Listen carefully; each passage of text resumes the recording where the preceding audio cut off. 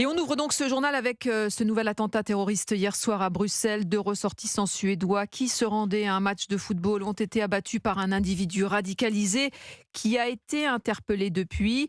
Bonjour Laura Van Lerberg, vous êtes la correspondante européenne en Belgique. Est-ce que vous pouvez nous redérouler les événements de la matinée ? Eh bien, il est aux alentours de 8 heures lorsque l'assaillant est repéré dans un café à Schaerbeek, au nord de Bruxelles. Le patron du café tente de prévenir les forces de l'ordre. L'assaillant tente de s'enfuir, arme à la main. Il n'y parviendra pas. Les policiers parviennent à le neutraliser.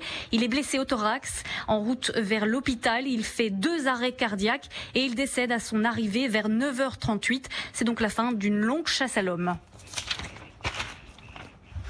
Et alors, comment cet individu radicalisé, Laura, a-t-il pu passer sous les radars ? Bien écoutez, c'est la question que tout le monde se pose ce matin. L'assaillant du nom de Abdeslam El était connu de la police. Il était en situation irrégulière chez nous en Belgique. Écoutez les précisions du ministre de la Justice, Vincent Van Quickenborne.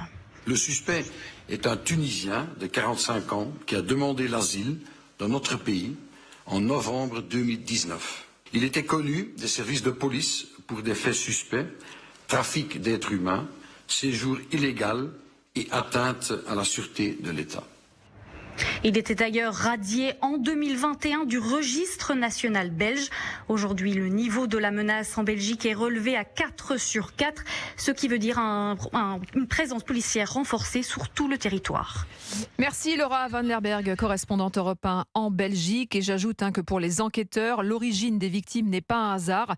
Depuis plusieurs mois, la Suède vit au rythme des menaces d'attentats, notamment en raison de profanation du Coran sur son sol depuis cet été.